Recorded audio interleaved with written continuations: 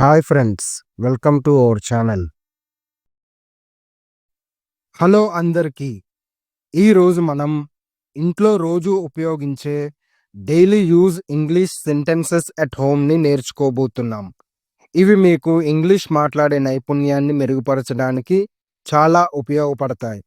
ఇంగ్లీష్తో పాటు తెలుగు మరియు హిందీ అర్థాలతో కూడా చెప్పబోతున్నాం. మరి ఆలస్యం ఎందుకు, ప్రారంభిద్దాం. Number 1. The children are playing in the hall. ఈ సెంటెన్స్ని తెలుగులో ఎలా చెప్పొచ్చంటే, పిల్లలు హాల్లో ఆడుతున్నారు. ఇక్కడ పిల్లలు అంటే చిల్డ్రన్, ఆడుతున్నారు అంటే ప్లేయింగ్. హిందీలో ఎలా చెప్పొచ్చంటే, బచ్చే హాల్ మే ఖేల్ రహే హే. ఇక్కడ బచ్చే అంటే పిల్లలు, ఖేల్ రహే హే అంటే ఆడుతున్నారు. Number 2. I'm washing the dishes. ఈ సెంటెన్స్ని తెలుగులో ఎలా చెప్పొచ్చంటే, నేను పాత్రలు కడుగుతున్నాను. ఇక్కడ పాత్రలు అంటే డిషెస్, కడుగుతున్నాను అంటే వాషింగ్. హిందీలో ఎలా చెప్పొచ్చంటే, మే బర్తన్ దో రహా హూ. ఇక్కడ బర్తన్ అంటే పాత్రలు, దో రహా హూ అంటే కడుగుతున్నాను. Number 3. I'm watering the plants.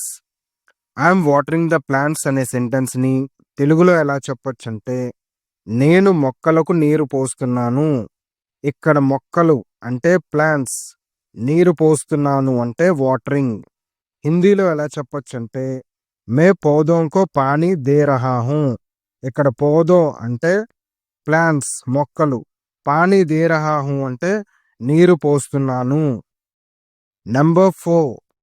The clothes are drying outside. ఇదే సెంటెన్స్ని తెలుగులో ఎలా చెప్పొచ్చంటే, బట్టలు బయట ఆరుతున్నాయి. ఇక్కడ ఆరుతున్నాయి అంటే డ్రైయింగ్, బయట అంటే అవుట్ సైడ్. ఇదే సెంటెన్స్ని హిందీలో ఎలా చెప్పొచ్చంటే, కపడే బహార్ సూక్ రహే హే. ఇక్కడ సూక్ అంటే ఆరుతున్నాయి, కపడే అంటే బట్టలు, బహార్ అంటే బయట, కపడే బహార్ సూక్ రహే హే. Number 5. I wear clean clothes. ఇదే సెంటెన్స్ని తెలుగులో ఎలా చెప్పొచ్చంటే, నేను శుభ్రమైన బట్టలు ధరిస్తాను. ఇక్కడ శుభ్రమైన అంటే క్లీన్, బట్టలు ధరిస్తాను అంటే వేర్ క్లోత్స్. ఇదే సెంటెన్స్ని హిందీలో ఎలా చెప్పొచ్చంటే, మే సాఫ్ కపడే పెహన్తా హూ. ఇక్కడ సాఫ్ కపడే అంటే శుభ్రమైన బట్టలు, పెహన్తా హూ అంటే ధరిస్తాను. Number 6. I come home in the evening. ఇదే సెంటెన్స్ని తెలుగులో ఎలా చెప్పొచ్చంటే, నేను సాయంత్రం ఇంటికి వస్తాను.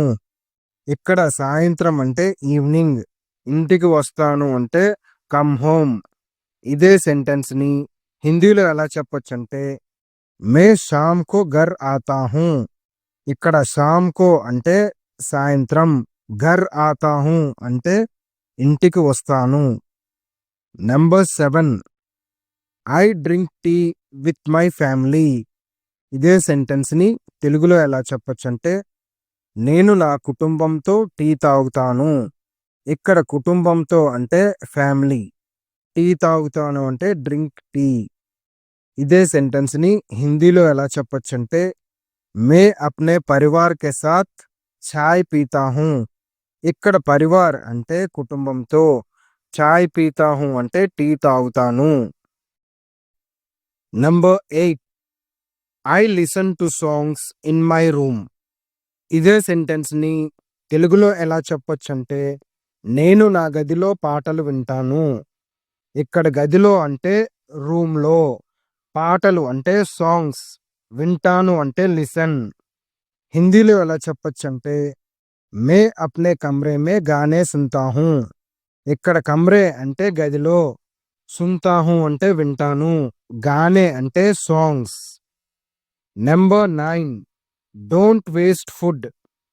డోంట్ వేస్ట్ ఫుడ్ అనే సెంటెన్స్ని తెలుగులో ఎలా చెప్పొచ్చంటే, ఆహారాన్ని వృధా చేయకండి.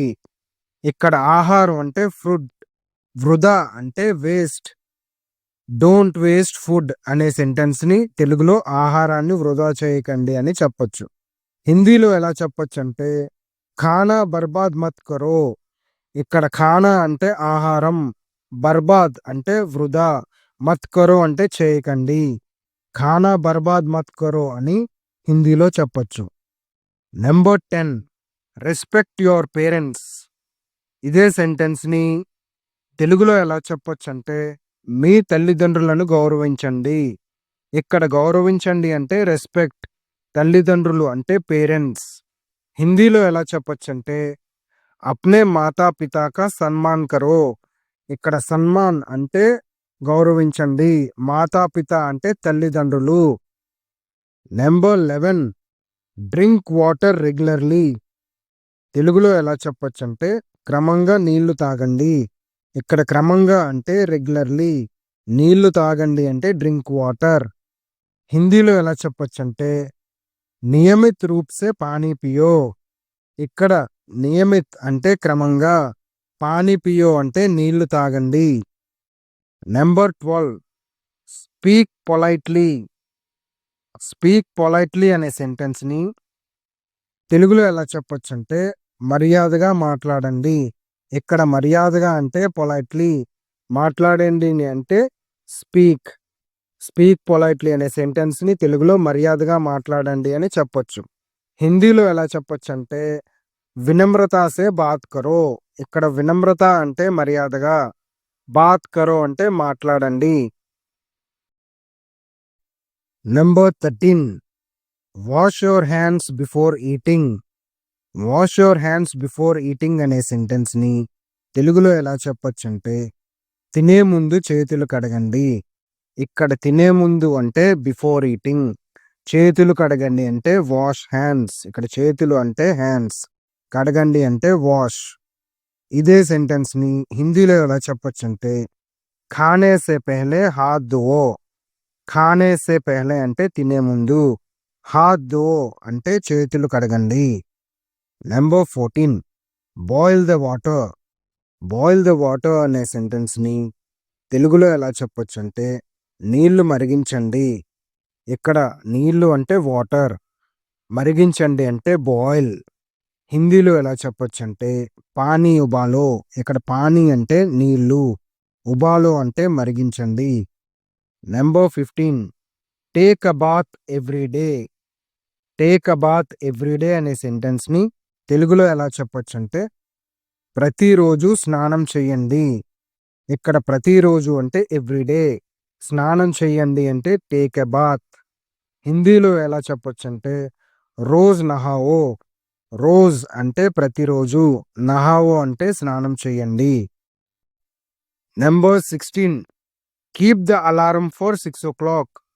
ఇదే సెంటెన్స్ని తెలుగులో ఎలా చెప్పొచ్చంటే అలారం 6 గంటలకు పెట్టు.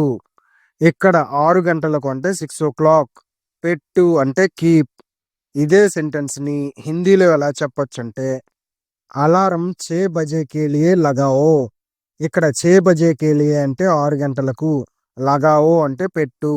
అలారం 6 బజే కే లియే లగావో అని హిందీలో చెప్పొచ్చు.